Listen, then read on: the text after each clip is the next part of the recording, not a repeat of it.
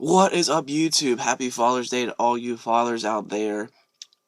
It's a good day to be a dad, I guess. I'm not a dad, but I guess it's a good day to be a dad because it's Father's Day and you get to do fun stuff and have picnics and get cool gifts and stuff from your kids. But that's not what I want to talk to you guys about today. I want to talk to you guys about TNA Basebrawl. If you guys follow me on Machinima Palooza or Twitter, a little late last year, I guess, I went to a TNA Basebrawl event. What Basebrawl is the Washington Wild Things. They're Washington, PA, about an hour away from me. They have a semi-pro baseball team, and TNA was coming to their stadium. So, it was like an hour away, and I was like, oh man, TNA is coming, like, it's real close. And that's, last year around the time I started actually kind of getting into TNA, because before it was just kind of those dark days of TNA. They were tough to follow. And now they came back, and they're still kind of tough to follow. TNA is just doing TNA things, I guess, TNA logic.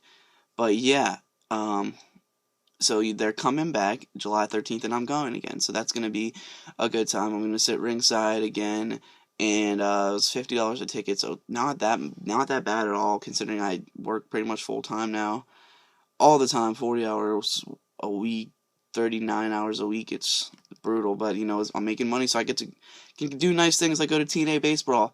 So yeah, I'm sitting ringside, $50, pretty good deal, pretty good deal.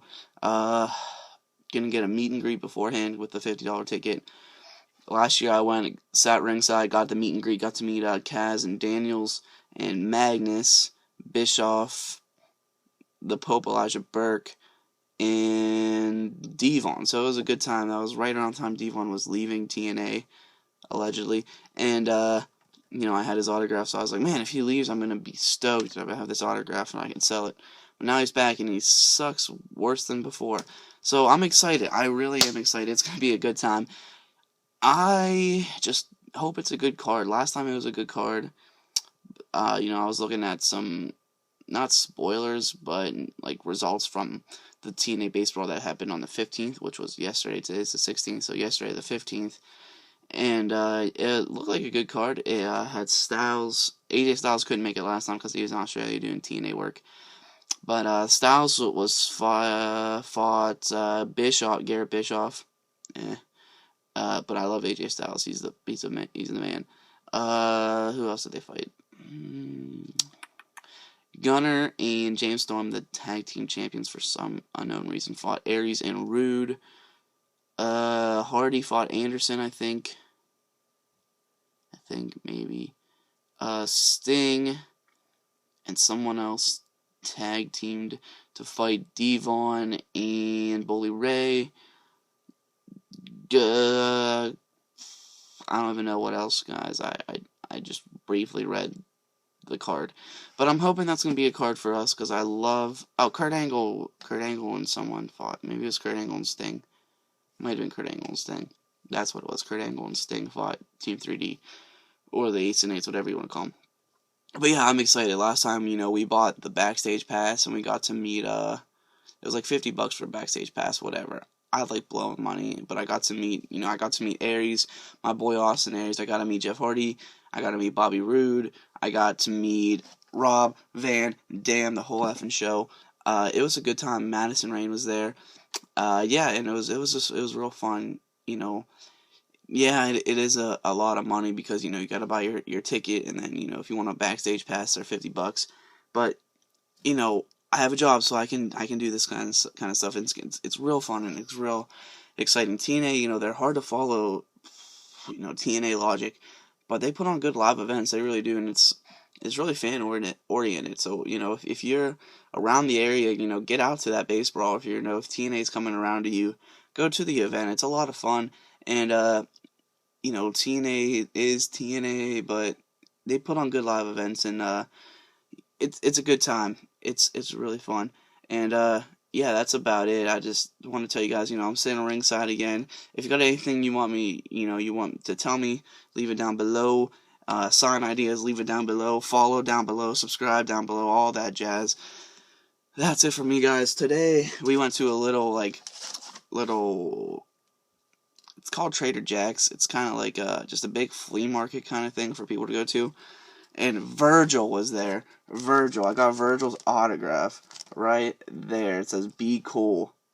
It says, what's it say? To Ted? Yeah, to Ted, be cool, Virgil. So that was just kind of weird. He was down there, and then he signed one for my brother, and it says, to Troy, be cool, Virgil, NWO for life.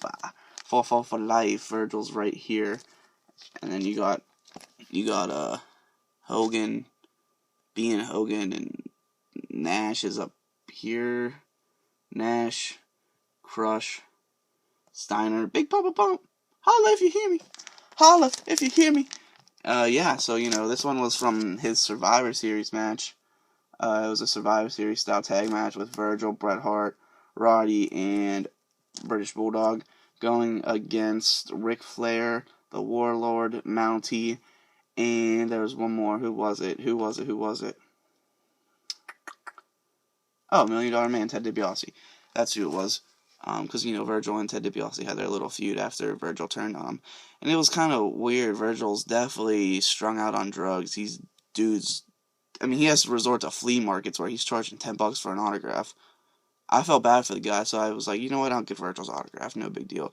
I love wrestling memorabilia, so, that's kind of cool. He was telling me and my two brothers, just wrestling stories. It was kind of cool, but oh man, he's in bad shape. He does not look good whatsoever.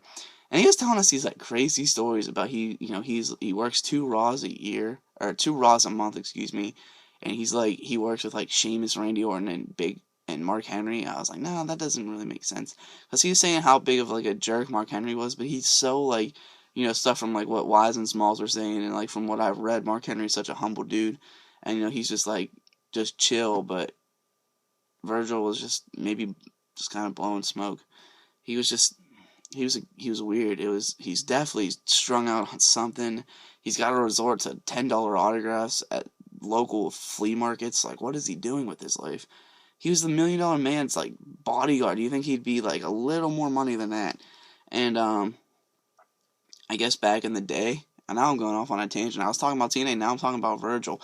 But I guess back in the day when the Godfather, they took him off of TV because he was Papa Shango, because they were bringing Kane on. They only wanted like one dark character. So they said, Papa Shango, you got to go. And they put him in the Nation Domination as Mustafa, whatever. I don't remember what his name was. But then, so he got screwed on that. And then he was going to go in the NWO to be Hogan's bodyguard. And then they said, you know what? Godfather, you said, you know what, Godfather? We can't put you in the NWO because we got someone else who's going to do it for less money, and that was Virgil. Virgil took it for 1/3 of the money that they were going to give to Papa Shango, Godfather. So Godfather got screwed, so he's got a little heat with Virgil.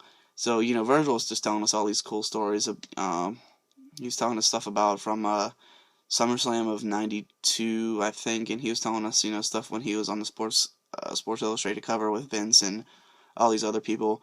And he was telling us a story about, I guess there's an episode of Superstars where $1 Million Man and Virgil are out there, and they bring a kid into the ring, and they said, if you can bounce this ball 25 times in a row, I think we'll pay you. I didn't know the whole story, but my brother was talking to him about it. And he said that kid, he saw that kid somewhere, and that kid's the Lakers power forward. But the Lakers power forward is Paul Gasol or Dwight Howard, so that it can't be either of those guys. So it's a backup or something, that Vince paid that kid like $25,000 to like get the ball kicked away from him. So that Virgil said he was the power forward of the Lakers. I don't even understand. So Virgil was definitely like strung out on something. He was telling us these crazy stories, and it was something. It was cool. It was like getting to talk to Virgil about kind of wrestling kind of things. And Virgil, he's not that big of a superstar, but he was popular back in the day with $1 Million Inc. and $1 Million Man, and working with Andre and everything. So he was telling us some cool stories, and it was $10 for an autograph, and he gave one to my brother for free. So it was like 2 autographs for $10, so $5 a piece. And I took a picture with him, and I got to hold the $1 Million belt, which was the belt. It was like real.